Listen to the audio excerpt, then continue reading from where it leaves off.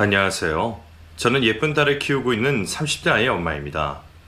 이제 막 두 돌이 지나서 한창 말문이 트인 딸과 매일 씨름하느라 바쁘지만 그런 와중에도 전하고 싶은 사연이 있어서 여러분들께 이렇게 인사를 드리게 되었네요. 제가 남들 앞에서 제 얘기를 하는 게 익숙하지 않은 탓에 사연을 잘 전할 수 있을까 걱정되지만 어디 말할 것 없는 사정이라 사연을 보내게 되었습니다. 원래 이런 얘기는 친정엄마한테 해야 할 텐데 저는 친정엄마가 일찍 돌아가셔서 계시지 않으시거든요. 그래서 그런지 고민이 생기거나 속이 상할 때마다 어떻게 견뎌야 할지 모르겠더라고요. 엄마가 살아계셨더라면 엄마 품에서 괜히 어리광 부리고 했을 것 같은데 저는 남들처럼 남편이랑 싸우고 뛰쳐나갈 친정도 없는 탓에 가끔 아쉬울 때가 있곤 합니다. 그렇다고 남편이 제게 못하는 건 아니에요. 남편이야 저한테 참 잘하고 지금은 남편과 아이 때문에 사는 거지만 결혼해서 살다 보면 남편이나 친구들 말고 친정엄마 붙잡고 하고 싶은 얘기들이 있잖아요. 저도 자식을 낳아보니 알 것 같지만 딸에게 엄마의 존재는 다른 것으로 대체할 수 없는 것이라 생각합니다. 그래서 아직도 엄마 생각이 힘들지만 저도 엄마가 되어 나름대로 잘 버티고 있네요. 역시나 남편의 덕이 가장 크지만 제게는 친정 같은 비빌 구석이 하나 더 있긴 합니다. 저를 친손녀만큼이나 예뻐해 주시는 할머님이 계시거든요. 저희는 필요 엮인 가족도 아니고 이해관계로 만난 사이도 아니지만 누구보다 서로를 이해하고 아껴주는 그런 사이입니다. 그래서 할머니도 저도 서로를 진짜 가족만큼이나 가깝게 생각하고 있죠. 그래서 오늘은 제가 그런 저희의 사이의 얘기를 전해보려고 해요. 제가 할머님과 어떻게 그런 사이가 될 수 있었던 건지 여러분께 꼭 자랑을 해보고 싶었거든요. 그럼 제 얘기를 재밌게 들어주셨으면 좋겠습니다. 저는 어려서부터 엄마와 끈끈한 유대감을 나눈 사이였습니다. 어쩌면 아버지라는 존재가 없었기에 당연한 일인지도 모르겠네요. 부모님은 제가 어릴 적 일찍 이혼을 하셨고 그 후로 저는 엄마와 단둘이 쭉 살아왔지만 제게 아버지란 존재는 그리 중요한 인물이 아니었습니다. 그 사람은 원래부터 무책임하고 이기적인 사람이라 남편으로도 아버지로도 형편없는 사람이었거든요. 엄마는 아버지와 잠시라도 좋은 추억이 있었기에 결혼까지 생각을 하셨겠지만 적어도 저는 아버지와 관련돼서 좋은 추억이 하나도 없었습니다. 보통 아버지들은 딸바보가 된다고 하던데 저희 아버지는 딸바보는커녕 자기 딸이 몇 살이나 먹었는지 한자 이름이 무슨 뜻인지도 모를 정도로 자식에게 무관심하고 무책임한 사람이었어요. 그 사람의 관심사는 오로지 자기 자신뿐이었고 저 자식은 안중에 없는 사람이었죠. 그래서 시집살이 당하는 엄마를 나몰라라 하고 밖으로 돌면서 저희 엄마 속을 무척이나 상하게 만들었습니다. 그렇게 남편에게 냉대받던 엄마는 홀로 시집살이까지 견디셔야 했죠. 아들이 아닌 딸을 낳았다는 이유로 시어머니에게 구박당하며 사시던 엄마는 모진 시집살이로 고생이 많으셨습니다. 제가 기억하는 것만 해도 상당했으니 그전에는 얼마나 더 심했을지 모르겠네요. 남아선호 사상에 자기 아들밖에 모르던 할머니는 엄마를 참 많이 괴롭히셨습니다. 그냥 며느리의 존재가 싫으신 건지 아버지가 밖으로 도는 것마저 엄마의 탓으로 돌리셨고 엄마는 말도 안 되는 이유들로 고통을 받으셔야 했죠. 물론 저도 손녀라는 이유로 할머니 앞에서 늘 욕을 먹어야 했습니다. 그때의 기억 때문인지 제 기억 속 할머니의 존재는 늘 무섭고 두렵고 마주하기 싫은 존재였어요. 특히나 친할머니는 언제라도 꼭 벌을 받기를 바랄 정도였죠. 엄마는 모진 시집살이에 병을 얻으셨습니다. 딸 낳아서 구박하셨던 할머니 때문에 엄마가 저를 낳고 몸조리도 제대로 못해 풍이 드셨거든요. 그래서 엄마는 비 오거나 날이 추운 날이면 늘 여기저기 아프다며 진통제를 달고 사셨습니다. 그리고 그런 몸으로 시집살이 당하며 고생하셨던 엄마는 그 일로 몸이 많이 상하셨어요. 그런 고생을 견디다 못해 저를 데리고 이혼을 하게 되신 엄마는 그 후로 혼자 자식을 키운다며 더 고생을 하실 수밖에 없었습니다. 약한 몸으로 저를 위해 고생하셨을 엄마를 생각하면 지금도 눈물이 날 것 같네요. 그래도 저희 모녀는 서로 의지하고 아껴주면서 잘 살아갔습니다. 엄마 혼자거리로 두 식구 먹고 살기가 빠듯한 탓에 여러모로 어려웠지만 겨울에는 춥고 여름에는 더운 열악한 집에 살면서도 저는 제 처지가 불행하다고 생각하지 않았어요. 한겨울에 덜덜 떨면서도 이불 속에 꼭 붙어 앉아 서로 귤을 까서 입에 넣어주며 정답게 지내던 엄마와 저였거든요. 어려서부터 엄마만 의지하며 살았던 제게 엄마는 제 세상에 전부나 다름없었습니다. 엄마 역시 딸만 바라보고 사셨고 그렇게 저희는 평생 서로와 함께 할 수 있을 거라 생각했어요. 그랬던 엄마가 어느 날부터 병원 출입이 잦아지시더니 제가 고등학생 무렵 결국 입원을 하게 되셨습니다. 나중에서야 알았지만 엄마가 그동안 어려운 형편 때문에 저 몰래 병을 키우셨더라고요. 일찍 치료받았더라면 괜찮았을 수도 있을 일을 몇 년이나 방치하고 그대로 두어 더 이상 손쓰기 어려운 지경이 되었다고 했습니다. 그런 얘기를 제게 숨겼던 엄마에게 저는 배신감도 들었고 화가 날 정도로 속상했지만 엄마를 원망할 수는 없었어요. 어떻게든 엄마가 다시 건강히 일어나시기를 바라며 몰래 눈물을 훔치며 엄마를 위해 기도할 수밖에 없었죠. 어리고 무능력했던 제가 하나뿐인 엄마에게 아무것도 해줄 수가 없는 게 너무 힘들었습니다. 엄마가 혼자 이렇게 고생하고 버티셨던 것을 생각하면 제가 당장이라도 나가서 돈을 벌고 싶은 심정이었어요. 내가 20살이라도 되었으면 사정이 달라질 수도 있지 않을까 싶었거든요. 하지만 엄마는 그 와중에도 제 걱정뿐이셨습니다. 혹시나 제가 학업에 소홀해질까 싶으셨는지 제가 무사히 대학에 들어가는 걸 제게 소원으로 말씀하시더라고요. 엄마는 더 바라는 것 없어. 그냥 보현이 네가 열심히 공부해서 대학 가는 게 엄마 소원이야. 우리 딸 엄마 소원 꼭 들어줄 거지? 당장 엄마가 언제 어떻게 되실지 모르는 와중에 공부가 손에 잡히진 않았지만 그게 마지막 소원이라며 간절히 말씀하시는 엄마의 얘기를 무시할 수 없었어요. 그래서 저는 야자도 빼먹지 않고 주말이면 병원에서 공부를 하면서 어떻게든 엄마의 소원을 들어드리려 노력했습니다. 하지만 그때까지도 딱히 꿈이라는 건 없었어요. 그동안은 그냥 하루빨리 돈 벌어서 엄마 호강을 시켜드리는 것이었을 뿐 뭘 해야 하고 어떤 직업을 가지고 싶은지는 깊게 생각한 적이 없었거든요. 그랬던 제가 엄마 곁을 지키려 병원을 다니며 꿈이 생기게 되었습니다. 병원에 익숙해졌던 탓인지 의료인들이 참 멋있어 보이더라고요. 환자들을 위해 열과 성을 다하는 그분들의 모습을 보면 참 대단하다 싶고 존경심이 절로 들었어요.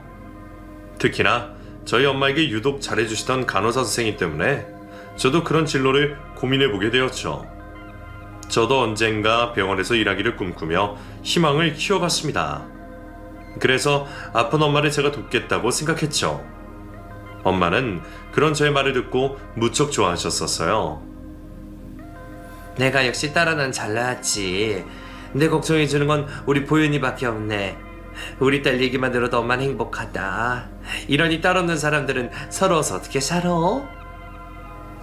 하지만 그런 대화라고 얼마 지나지 않아서 엄마는 결국 저를 두고 먼저 떠나버리셨습니다. 그리고 제가 대학에 들어가고 꿈을 이루는 걸 지켜보지 못하셨죠. 제 인생에서는 두 번은 없을 가장 힘든 시간들이었습니다. 고3인 저는 학교도 제대로 나가지 못했고 일상생활은 거의 불가능할 정도였어요. 다행히 제 사정을 이해해주신 선생님들의 배려로 출석 일수는 겨우 채울 수 있었지만 결국 저는 그 해의 수능을 포기해야만 했습니다. 한편으로는 엄마가 그렇게 바라시던 대로 대학을 가야 하는데 싶었지만 그때는 도저히 공부를 할 정신도 없었어요. 결국 1년을 슬픔에 빠져보내게 된 저는 이듬해에 재수를 결심하게 되었습니다. 솔직히 엄마가 마지막 소원으로 그런 말씀만 하지 않으셨더라면 저는 대학을 포기하고 말았을 겁니다. 엄마가 남겨주고 가신 재산으로는 대학을 선택할 만큼 여유가 있는 것도 아니었고 엄마가 떠난 후로는 뭐든 하고 싶은 마음이 도통 생기지 않았거든요. 하지만 저는 엄마와 약속을 했었고 하늘에서 엄마가 지켜보실 생각을 하면 그런 엄마의 소원을 이뤄드려야 했습니다. 결국 저는 1년간 재수를 하면서 아르바이트로 학비를 벌었고 재수 끝에 간호학과에 진학하게 되었죠. 그 후로 저는 혼자 어렵게 살면서 학교 생활을 하게 되었어요. 쉽지는 않았지만 꿈을 이루기 위해 4년의 시간을 버텨야 했습니다. 그리고 열심히 공부를 하면서 점점 더 제 꿈에 다가선다고 생각했죠. 매일 공부에 실습에 정신없이 바쁜 생활이었지만 저는 언젠가 간호사가 되어 병원에서 환자를 돌볼 거라는 생각에 정말 열심히 버텼습니다. 그렇게 노력한 덕분에 좋은 성적으로 학교를 졸업하고 곧바로 대학병원에 취직을 할 수 있었죠. 하지만 막상 시작하게 된 간호사 생활은 제 기대와는 많이 달랐습니다. 간호사 기강이 세다는 건 들어서 알고 있었지만 막상 당해보니 이건 제가 견딜 수 있는 정도가 아니었어요. 환자들 생명이 위중하니 정신을 바짝 차려야 하는 건 당연하지만 몇몇 선생님들은 제가 실수하거나 잘못한 일이 아닌 것을 가지고 꼬투리를 잡으셨습니다. 그곳은 작은 실수 하나 용납되지 않았고 신규 간호사들은 존재 자체로 민폐라며 늘 구박대기 신세였어요. 화장실 갈 시간도 없이 바쁘게 지내면서도 잠시 화장실을 다녀왔다는 이유로 욕을 먹는 곳이라 저는 병원 일을 하면서 그냥 나가 죽으라는 소리 들은 적도 한두 번이 아니었어요. 어려운 줄 모르고 시작한 일이 아니었기에 나름 각오가 되어 있었다고 생각했지만 병원 일은 제 예상보다 훨씬 힘들고 그곳 사람들은 너무 야박했어요. 그래도 어떻게든 신규 시절만 버티면 될 거라 생각하고 3년을 버텼지만 그 후에도 별로 크게 달라지는 건 없더라고요. 오히려 이제는 제가 신규 선생님들을 가르쳐야 할 입장이 되다 보니 더 고통이 커졌습니다. 위에서는 저더러 제가 당한 짓을 똑같이 해주라고 하는데 저는 후배들에게 도저히 그렇게 못하겠더라고요. 그러다 보니 괜히 너 혼자만 착한 척하느냐며 거의 왕따가 될 수밖에 없었죠. 저는 병원 일로 밤을 새고 몸이 힘든 것보다 다른 선생님들 사이에서 버티는 게 더 괴로웠어요. 환자들을 돌보고 간호하는 건 여전히 보람된 일이었지만 이러다가는 환자들을 살리기 전에 제가 먼저 죽겠다 싶더라고요. 대체 얼마나 더 버텨야 사람처럼 살 수 있는 건지, 내가 이러려고 일을 선택한 건지 저의 삶 전체에 회의감이 들기 시작했습니다. 엄마를 생각하면 일을 그만둘 수 없다 싶다가도 매일 출근해서 간호사실에 들어가면 다시 도망치고 싶을 정도로 힘들어졌죠. 어디 기댈 곳이라도 있으면 한탄이라도 하고 속풀이라도 하겠는데 혼자인 제게 얘기를 들어줄 사람이 있을 리도 없었어요. 결국 마지못해 사표를 품에 숨기고 근근히 병원 생활을 이어가던 어느 날이었습니다. 어느 날 저와 친하게 지내시던 할머니 한 분이 저를 찾으시더라고요. 고혈압과 합병증이 심하셔서 저희 병원에 오래 다니셨던 할머님이셨는데 그분이 유독 저를 예뻐하셨었거든요. 할머니, 식사 잘하셨어요? 이거 코스모스예요. 너무 예쁘죠? 할머니 병실에 계시느라 꽃 구경 못 하셨을까봐 제가 화단에서 몰래 꺾어온 건데 머리맡에 두세요. 아이고, 꽃이 꼭 자네를 닮았네. 덕분에 나도 꽃 구경해보네. 덕분에 늘 고마워. 자네 때문에 나는 아픈 것도 잊을 것 같아. 그 할머니는 제가 황할머니라 부르는 할머님이셨습니다. 제가 처음 그 병원에서 간호사 생활을 시작했을 때부터 봐왔던 분이셨는데 늘 보호자도 없이 혼자 병원에 다니시는 분이라 다른 환자분들보다 괜히 더 신경이 쓰이곤 했어요. 자세히는 모르지만 평생 자식이 없이 사신 분이시라는 삶 정도는 대충 알고 있었는데 그래서 그런지 찾아오는 사람도 없이 늘 병실에만 갇혀 지내시는 게 참 마음이 아팠습니다. 그래서 저도 시간이 날 때마다 직접 모시고 산책을 시켜드리고 종종 그렇게 작은 선물들을 가져다 드리곤 했었죠. 그래서 그런지 황할머니도 저를 참 예뻐하셨어요. 몰래 간식거리를 챙겨놓고 저만 챙겨주시고 다른 간호사 선생님들 두고 늘 저만 찾으시더라고요. 사실 다른 선생님들은 그 할머니가 꼬장꼬장하다며 저한테 억지로 떠넘겼던 탓에 오히려 제가 할머니를 맡아드리는 게 서로 마음이 편하기도 했죠. 저는 할머니 정을 못 받아봐서 할머님들이 늘 불편하고 어렵기만 했는데 오히려 겉으로 꼬장꼬장해 보이는 그 황할머니만큼은 더 편하게 느껴졌어요. 아마 겉모습과 달리 여리고 푸근한 황할머니의 속마음을 제가 알고 있어서 그런 게 아닐까 싶었습니다. 그렇게 나름의 유대를 가지고 있던 황할머니께서 어느 날 저를 따로 불러 얘기를 하시더라고요. 그렇게 나름의 유대를 가지고 있던 황할머니께서 어느 날 저를 따로 불러 얘기를 하시더라고요. 저기, 자기 혹시 개인 간호사 할 생각 없어? 예? 개인 간호사요? 갑자기 왜요? 내가 개인 간호사를 될까 생각하고 있었는데 전화가 있으면 어떨까 해서. 사실 내가 이거 좀 봤어.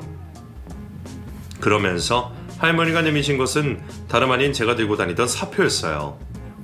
사실 그 며칠 전에 제가 너무 힘든 일이 있어서 정말 사표를 내버릴까 들고 울면서 고민했던 적이 있었거든요. 아마 그때 제가 떨어뜨린 것을 할머님이 보셨던 모양이에요. 남들에게는 말 못했던 제 속사정을 알게 되신 할머니는 그런 제게 개인 간호사 자리를 제안하셨습니다. 나도 이제 병원 왔다 갔다도 못하겠어서 말이야. 그래서 자네가 집으로 와서 나 좀 봐줘. 나도 다른 사람이면 집에 못 들이겠지만 자기는 내가 믿을 수 있어서 그래. 그렇다고 내가 뭐 고동이 불편한 것도 아니니까 아주 힘든 건 없을 거 아니야. 그냥 지금처럼 약 챙겨주고 주사 놔주고 그 정도로. 일이야 지금 하는 일보다 훨씬 편할 거고 다른 일로 마음 고생할 일도 없을 텐데 보수는 섭섭하지 않게 챙겨줄 테니까 한번 생각해 볼래? 너무 갑작스러운 제안이라 당황스러웠지만 솔직히 제게는 정말 감사한 일이었어요. 안 그래도 매일 퇴직 생각이 절실했지만 병원을 그만두면 달리 갈 곳도 없던 제게 더 많은 보수까지 챙겨주신다니 말이에요. 게다가 할머니가 저를 믿으신다며 따로 부탁하지 하시니 거절하기가 쉽지 않더라고요. 사실 황할머니는 남편이나 자식 없이 혼자 사시면서 그만큼 고생도 많고 겪은 일이 많으셔서 그런지 워낙 의심이 많고 깐깐하신 분이셨어요. 거기다가 할머니가 자수성가하셔서 이 돈이 많으신 분이라 어쩔 수 없이 사람을 쉽게 믿지 못하셨겠죠. 그런 분이 달리 부탁할 곳 없이 저를 찾으시는 게 감사하고 안타까웠습니다. 그래서 저는 제안을 받아들이기로 했죠. 그 후로 저는 병원을 관두고 강남 아파트에서 혼자 지내시는 할머니의 개인 간호사 일을 시작하게 되었습니다. 개인 간호사 일은 처음이었지만 제 편의를 많이 봐주시는 할머니 덕분에 크게 어려운 일은 없었어요. 오히려 병원 일할 때에 비하면 놀면서 돈을 받는 수준이라 괜히 죄송한 마음에 제가 먼저 시키지도 않은 일을 찾아서 하곤 했어요. 혼자 식사하시는 할머니에게 직접 장을 봐와서 식사도 챙겨드리고 할머니 말동무도 해드리며 같이 오랜 시간을 보내게 되었습니다. 그리고 그제서야 할머니의 가슴 아픈 사정도 듣게 되었네요. 내가 이 나이 먹고 왜 주변에 아무도 없는지 혼자 사는지 궁금했지? 사실 나한테도 딸이 하나 있었어. 근데 내가 못해준 게 많은지 일찍 떠나버리더라고. 그게 딱 부연이 너만 했을 때였겠네. 너는 왠지 죽은 우리 딸을 닮았어. 걔도 꽃을 참 좋아하고 밝은 나이였는데 내가 돈 번다고 바빠서 딸을 많이 못 챙겼거든. 아마 나보다 걔가 오래 살 거라 생각해서 시간이 많을 거라 생각했겠지. 그러다가 딸이 하루아침에 사고로 먼저 가버리고 나니까 삶의 의미가 없어지더라고. 그래도 어쩌겠어. 붙어있는 목숨이면 근근히 살아야겠지. 안타까운 일로 따님을 먼저 보내셔야 했던 황할머니의 사연을 듣게 된 저는 순간 저희 엄마 생각이 떠올랐어요. 저도 엄마에게 효도할 수 있는 날이 많을 거라 생각했는데 너무 일찍 떠나신 엄마를 보며 후회를 많이 했으니까요. 나이도 삶도 다르지만 비슷한 아픔이 있는 황할머니와 저는 서로를 공감하며 당연히도 가까워질 수밖에 없었습니다. 저를 정말 손녀처럼 예뻐해 주시던 할머니께 감사했던 저는 정말 친손녀처럼 할머니를 돌봐드리려 했습니다. 제 친할머니는 기억하고 싶지도 않을 정도로 미운 사람이었지만 황할머니를 보며 할머니 사랑이 이런 건가 싶더라고요. 마음으로 엮이게 된 저희의 사이는 그저 환자와 간호사 사이보다는 깊고 끈끈한 것이었죠. 그렇게 매일 할머니를 돌봐드리러 강남으로 출퇴근을 하게 되었던 제가 어느 날 같은 아파트에서 한 남자와 대화를 나누게 되었습니다. 사실 이전에도 몇 번 아파트 안에서 마주친 적이 있던 사람이었는데 엘리베이터 앞에서 만날 때마다 그냥 서 있기 민망하고 해서 언젠가부터 눈인사를 건네던 사이였어요.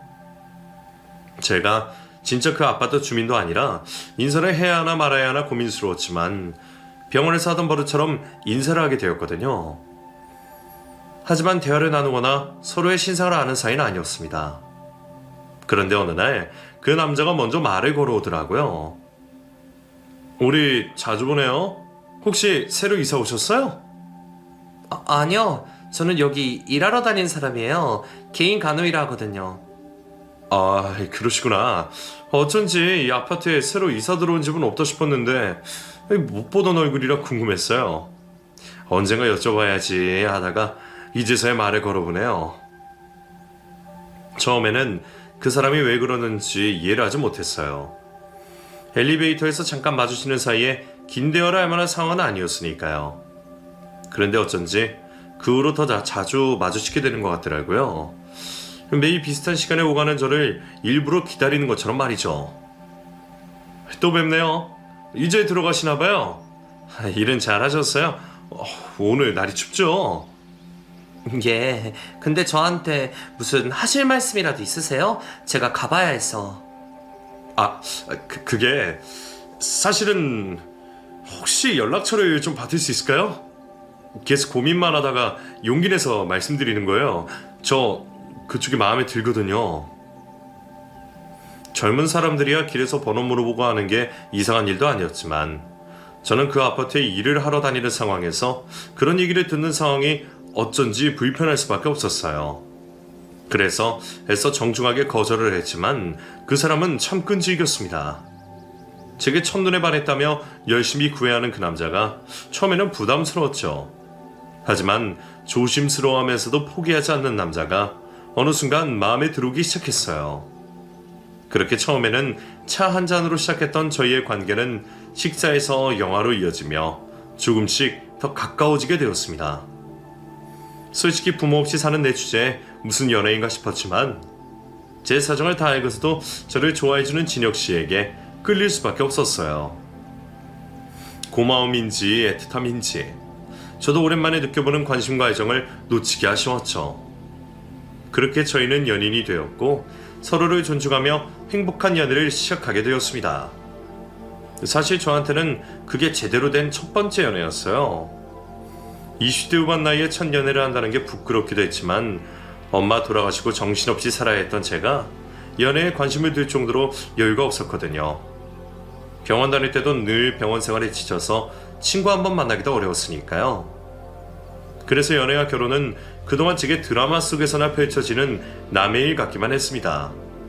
그런 제가 직접 연애를 하고 보니 세상에 이렇게 행복할 수 있구나 싶은 생각이 들었던 거죠. 제가 첫 연애라 뭘 잘 모른다고 해도 진혁 씨는 좋은 남자 같았습니다. 자기 일도 열심히 하고 건전한 취미도 많고 무엇보다 저를 아끼고 사랑해주는 걸 가감없이 표현하던 사람이었거든요.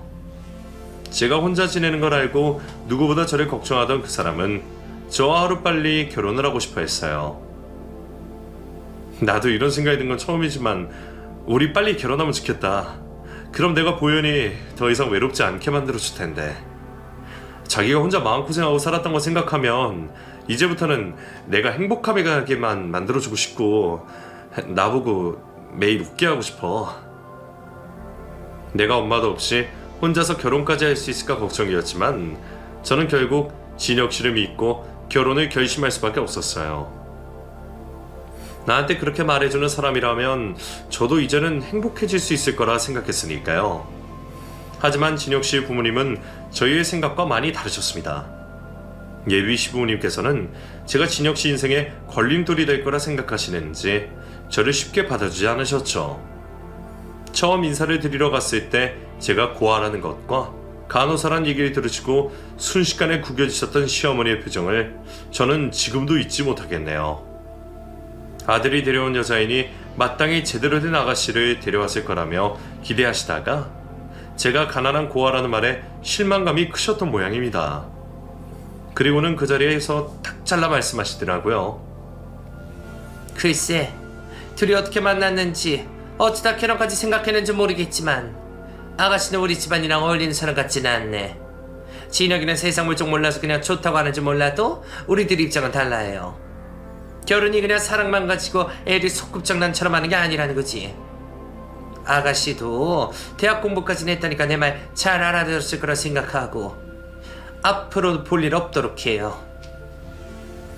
제대로 인사조차 드리지도 못하고 쫓겨나듯 예비시댁에서 벗어난 저는 평생 처음 겪어보는 당혹스러움과 무력감에 어쩔 줄 몰랐습니다. 저도 보고 들은 게 있으니 고아인 여자가 강남에 사는 시댁에 시집 가려는 게 쉬운 일은 아닐 거라 예상했지만 생각은 제 생각보다 훨씬 잔인한 것이었네요. 그 후로 용기를 내어 몇 번 더 시댁을 찾아뵈었지만 그때마다 저는 좋은 꼴을 보지 못했습니다. 결혼 전부터 이러시면 결혼 후에도 고생이 훤하겠기에 그게 두려웠던 저는 결국 진혁 씨와의 결혼을 포기할 수밖에 없었어요. 하지만 진혁 씨는 절대 포기하지 않았습니다. 부모님은 어떻게든 자기가 설득하겠다며 제 마음만 돌리지 말아달라 울며 사정을 하더라고요. 그 모습을 보고 마음이 약해진 저는 또 진혁 씨를 믿고 기다릴 수밖에 없었어요. 그렇게 몇 달이나 인고의 시간이 지나고 결국 진혁 씨는 부모님의 허락을 받아내고 말았습니다. 그렇게 어렵게 결혼을 하게 되었죠. 저의 결혼 소식을 들으신 할머니께서도 아쉽게 결혼식에 참석하진 못하셨지만 제 결혼을 누구보다 축복해 주셨어요.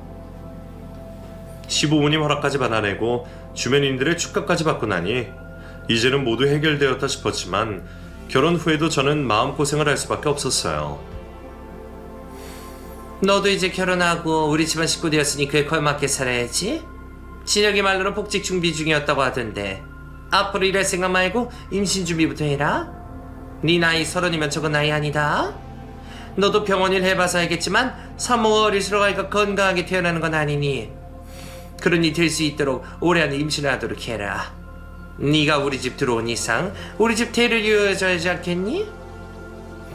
그 사이 저는 황할머니 간병일을 끝내고 다시 복직을 준비 중이었어요.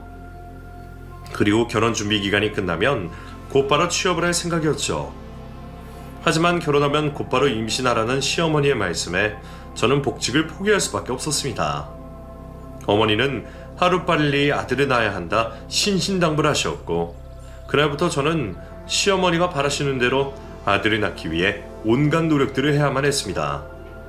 어머니가 어디서 뭘 듣고 오셨는지 아들을 낳으려면 지켜야 한다며 제가 먹는 것, 쓰는 것 하나까지 다 관여를 하시며 제 생활을 바꾸셨어요.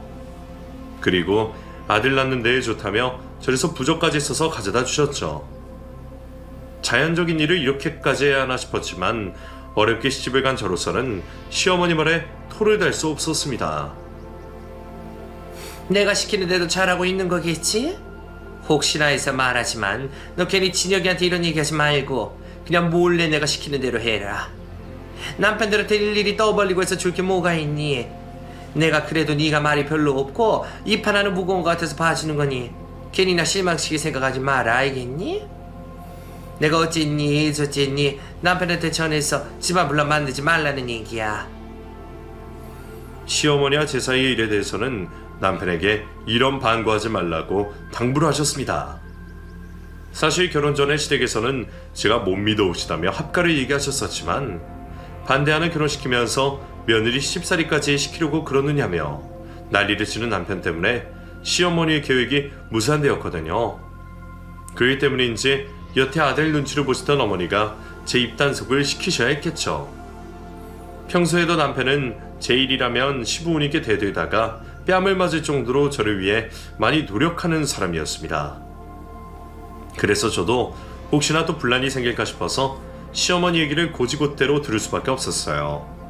그저 시어머니 뜻대로 임신 준비를 할 수밖에 없었죠. 그리고 어머님 바람대로 아들을 임신할 수 있었어요. 초음파를 보신 선생님이 아들인 것 같다는 언지를 주신 걸 들으신 어머님은 너무나 기뻐하셨습니다. 그래, 이제 됐어. 앞으로 너는 다른 거 걱정할 것 없이 아들만 낳으면 된다. 네가 아들만 무사히 낳아준다면 앞으로 아무것도 안 바람 알겠지? 처음으로 저를 인정해 주시는 시어머니에게 저는 감동까지 느꼈었어요. 그래서 저도 정말 뱃속의 아이가 아들이길 바랬습니다. 그래서 분명 아들일 거라 생각하고 있었는데 막상 출산날 태어난 아이는 아들이 아닌 딸이었어요. 초음파로 보는 게 정확하지는 않은 탓에 종종 그런 일이 있더라고요. 처음부터 딸을 바라던 남편은 너무나 좋아했지만 손자만 기다리고 계시던 시부모님은 실망감이 역력하셨습니다. 손자 보신다는 소식에 일도 뒷전으로 하고 병원까지 달려와 주셨던 시아버지마저 딸아이를 보시더니 바쁘시다며 바로 나가버리시더라고요. 시어머니 역시 남편 앞이라 별말 못하고 참으셨을 뿐 기분이 좋지 않으시다는 건 제 눈에 훤히 보였습니다. 그런 상황에 저는 괜히 죄인이라도 된 것처럼 마음이 불편할 수밖에 없었어요. 저희 엄마가 저를 낳고 겪으셨을 그 고통과 서러움들을 저도 이제서야 느낄 수 있을 것 같았죠. 남편은 걱정하는 저를 보면서도 대수롭지 않게 생각했습니다.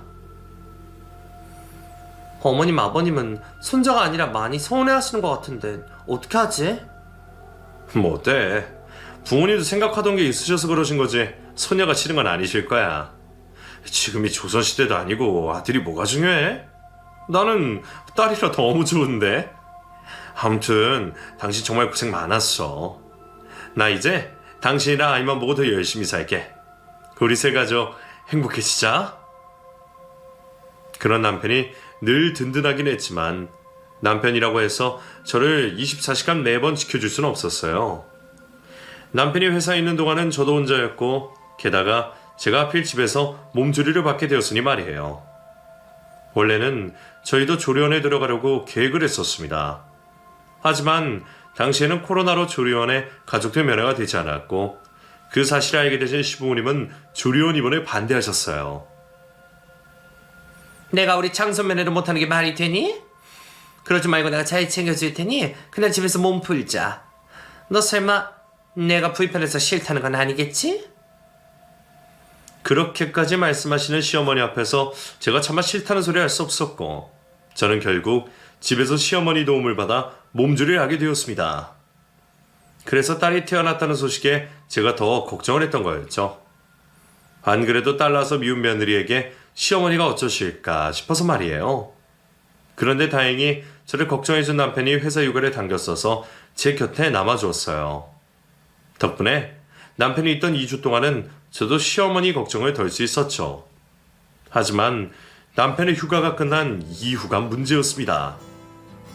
어머니가 그동안 참고 벼르고 계셨던 건지 남편이 회사 출근을 시작하자마자 저를 시댁으로 부르시더라고요. 예, 어머니, 무슨 일이세요? 내가 무슨 일이 있어야만 나한테 전화를 할 수 있니? 아무튼 내가 너 시킬 일 있으니까 애 업고 집에 좀 와봐라. 그렇게 시댁에 찾아간 제게 어머니는 손에 걸레를 쥐어주셨습니다. 어머니, 이게 뭐예요? 뭐긴 뭐야, 걸레지. 보고도 모르니? 오늘 일하신 아줌마 휴가야. 그러니까 네가 대신 일 좀 해야겠다 싶어서 불렀다. 우선 청소부터 해야 하니까 걸레로 여기 싹 닦고 있어. 알겠니? 시어머니는 출산한 산모에게 찬 걸레를 주시며 그 넓은 70평 아파트를 전부 닦으라고 하셨습니다. 당장 거기까지 간 것도 힘들어 죽을 것 같은데 무릎 꿇고 걸레질을 하라니 이걸 어떻게 해나 싶었죠. 딸은 엄마 팔자 닮는다더니 나도 우리 엄마처럼 고생이구나 싶어서 서러운 마음까지 들더라고요. 하지만 저는 바보같이 아무 말도 하지 못했습니다. 그렇게 거실 바닥을 닦기 시작하던 중 초인종 소리가 들렸습니다. 그리고 마중을 나간 시어머니와 함께 누군가가 들어오셨죠. 갑작스러운 손님은 다름 아닌 황할머니셨어요. 아마 할머니가 제가 아파트 입구로 들어오는 걸 보셨나 봐요. 할머니도 제가 출산을 했다는 걸 알고 계셨는데 출산 전에 연락을 드리고 몸조리를 한다고 인사를 못하는 바람에 제 소식이 많이 궁금하셨던 모양입니다. 그런데 마침 제가 시댁에 들른 걸 보시고는 기다리지 못하고 저를 직접 찾아오셨던 듯 했어요. 시어머니와 할머님도 이웃 주민으로 아는 사이이신 듯 했죠. 하지만 어머니는 제가 황할머니의 간호를 했었다는 걸 모르셨습니다. 얘기를 할 만한 상황도 없었지만 안 그래도 순진한 자기 아들 꽂아서 제가 팔자 필요한다 생각하시는 시어머니에게 제가 같은 아파트 사시는 할머니 간호하느라 들락거리다가 남편을 만났다는 얘기를 하면 괜히 불똥이 어디로 튈지 모른다 싶어서 말을 하지 않았거든요. 여사님이 저희 집엔 어쩐 일이세요? 그동안 한번 모시겠다는 걸 그렇게 마다하시더니 정말 영광입니다. 나야 우리 보현이 보러 왔지.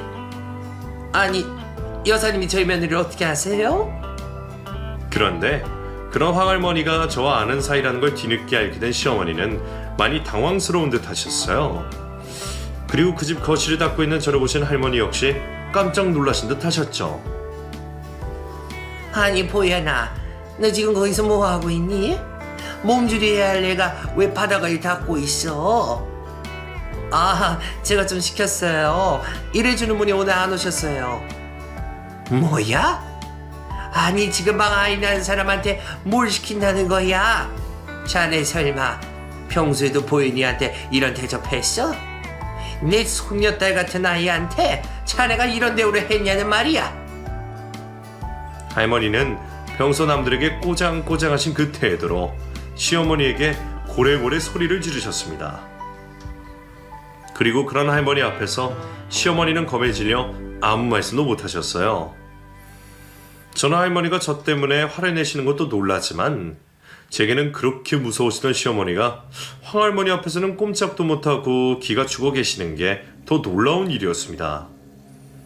그저 이웃 사촌 정도라고 알고 있었는데 왜 저렇게 할머니에게 겁을 먹으신 건지 몰랐죠. 하지만 그 와중에도 할머니는 더 화를 내셨습니다. 얘가 얼마나 고생을 했으면 저렇게 삐쩍 말라서 기운이 없어. 여유 있는 집에 시집 간다 그래서 잘 됐다 했더니 설마 이런 꼴을 당하고 있었어? 할머니, 저 괜찮아요. 괜찮기는 뭐가 괜찮아. 하나를 보면 열을 안다고. 그동안 자네가 저 아이한테 어떻게 했을지 뻔히 보여. 보현이가 일찍 부모 잃고 혼자라고 잘난 아들 옆에 어울리지 않는다고 무시를 했겠지. 내가 자네가 평소에도 유세 떨고 다니기에 겸손한 사람은 아니다 싶지만 설마 며느리한테 이렇게까지 할 줄은 몰랐네.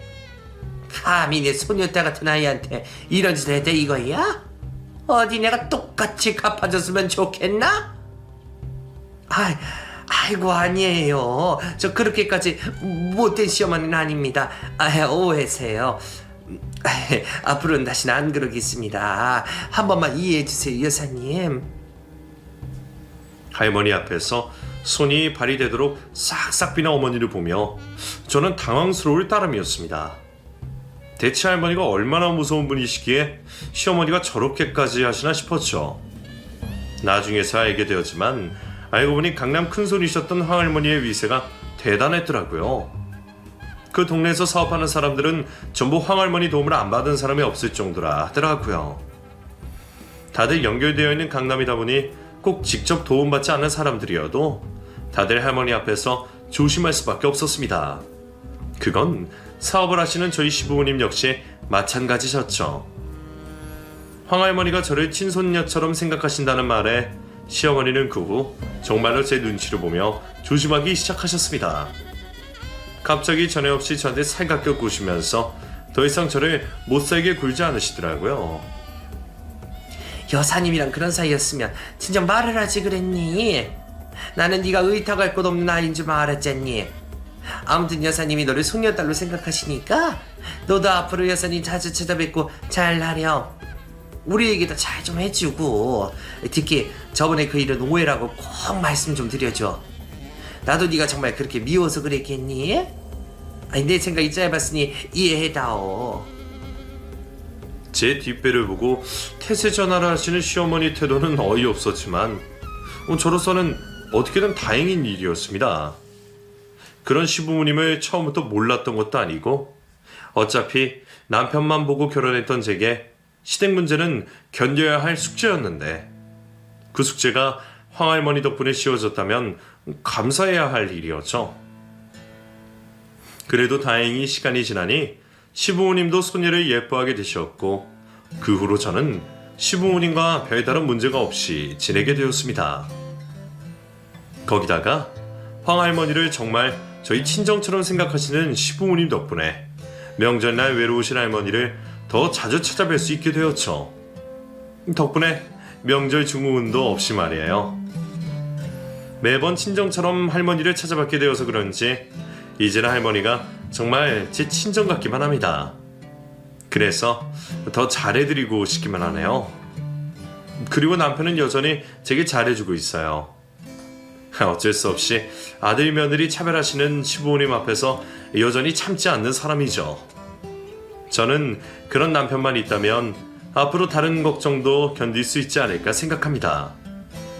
할머니와 남편까지 제 편이 둘이나 있어서 얼마나 든든한지 모르겠어요. 그럼 저는 앞으로 제 가정을 예쁘게 꾸리며 살아가겠습니다. 감사합니다.